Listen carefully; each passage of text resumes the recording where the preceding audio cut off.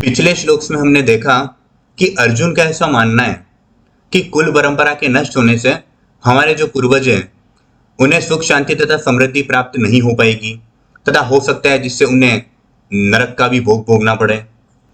कुल परंपरा के नष्ट होने से हम आध्यात्म से दूर जाते रहेंगे तथा जिससे हम ईश्वर से दूर हो जाएंगे। कुल परंपरा के नष्ट होने से हमारा समाज दूषित हो जाएगा। समाज दूषित होगा तो वो आध्यात्म से दूर जाने लगेगा। आध्यात्म से दूर जाने लगेगा जिससे वह ईश्वर से दूरी बनाए रखेगा और जिससे इस संसार में उसकी मुक्ति का कोई कारण नहीं बच पाएगा।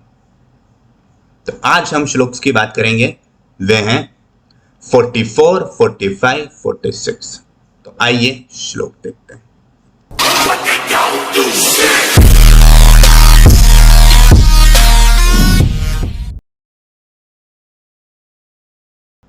तो श्लोक शुरू करने से पहले मैं आपको बता देता हूं कि ये जो हमारे आज के श्लोक हैं ये हमारे आज के इस अध्याय के यानी कि पहले अध्याय के आखिरी श्लोक हैं। इसके बाद हम अगला अध्याय शुरू करेंगे यानी कि दूसरे अध्याय शुरू करेंगे जिसमें इस पहले अध्याय में अर्जुन द्वारा पूछे गए हर क्वेश्चन का, हर तर्क का जो जवाब है वो कृष्ण भगवान भली भांति देते हैं तथा अर्जुन को युद्ध के लिए तैयार करते हैं। अहो बत महत् पापम कर्तुम व्यवस्थिता वयम यद्राज सुख लोभेन हंतु सजनन मुद्दता। ओह, कितना आश्चर्य की बात है कि हम मानसिकता रूप में इस महापापजन्य कर्म करने के लिए उद्यत हैं। राज सुख भोगने की इच्छा के प्रयोजन से हम अपने ही वंशजों का वध करना चाहते हैं। इस श्लोक में अर्जुन का कहना है कि कितनी बुरी बात है कि हम इतना घोर पाप करने के लिए इतने उत्सुक हैं तथा हम राज्य सुख और संपत्ति के लिए अपने ही सगे संबंधियों से लड़ने के लिए तुले हुए हैं। लेकिन कितनी अच्छी बात है कि ऐसी परिस्थिति में, ऐसी युद्ध की घड़ी में भी अर्जुन को ये सारी बातें याद है तथा वह इन सारी बातों से भली भांति अवगत है। और कितनी अच्छी बात है कि इस विकट परिस्थिति में भी अर्जुन को ये सारी बातें भली भांति याद है जिसके कारण वे युद्ध ना करने का निर्णय लेता है।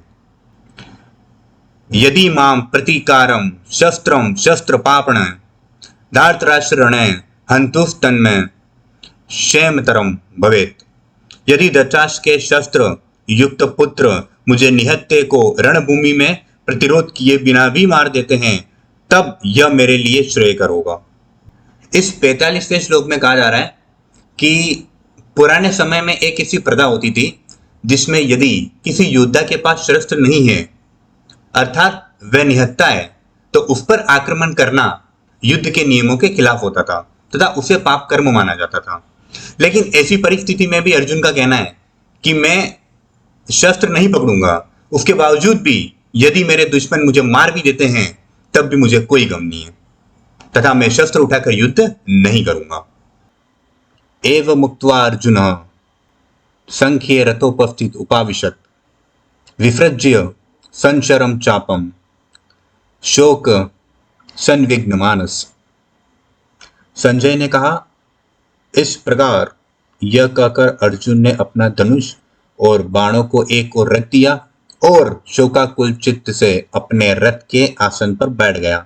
उसका मन व्यथा और दुख से भर गया।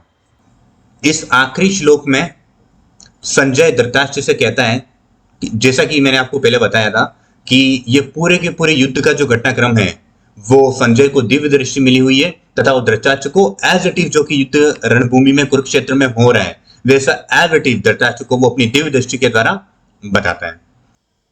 तो संजय धृतराष्ट्र से कहता है कि इस प्रकार के शब्द कहकर, मतलब कि जितने भी अर्जुन ने कृष्ण भगवान से तर्क किए तथा जो भी प्रश्न पूछे इस प्रकार के शब्द कहकर, यानी कि जो भी अर्जुन वहां पर भाव विभोर हुआ था और जो युद्ध ना करने का निर्णय लिया था, तो अब संजय कहता है धृतराष्ट्र को कि इस प्रकार के तर्क करके तथा इस प्रकार के शब्द कहकर अर्जुन भाव विभोर होकर तथा शोकपूर्ण अपने धनुष को एक तरफ रख देता है तथा रथ के कोने में जाकर के बैठ जाता है। ऐसा दयालु तथा कोमल हृदय वाला व्यक्ति जो अपनों से पहले दूसरों का सोचता हो, जिन लोगों ने उसे जीवन भर इतना कष्ट दिया हो, उसके बावजूद भी वो उन लोगों के लिए दया भाव रख के तथा उन्हें क्षमा करके उनसे युद्ध नहीं करना चाहता है। वास्तव में यदि देखा जाए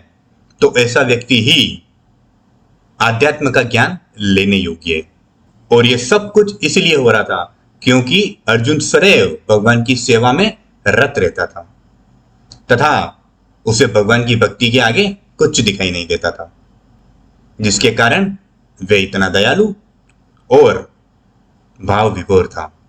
तो इसी श्लोक के साथ ये अध्याय भी यहीं समाप्त होता है तथा अब हम अगले अध्याय में देखेंगे कि किस प्रकार अर्जुन द्वारा दिए गए सभी तर्कों का भगवान अपने उत्तर द्वारा विखंडन कर देते हैं और अर्जुन को युद्ध करने के लिए प्रेरित करते हैं। तो आज के लिए इतना ही। धन्यवाद।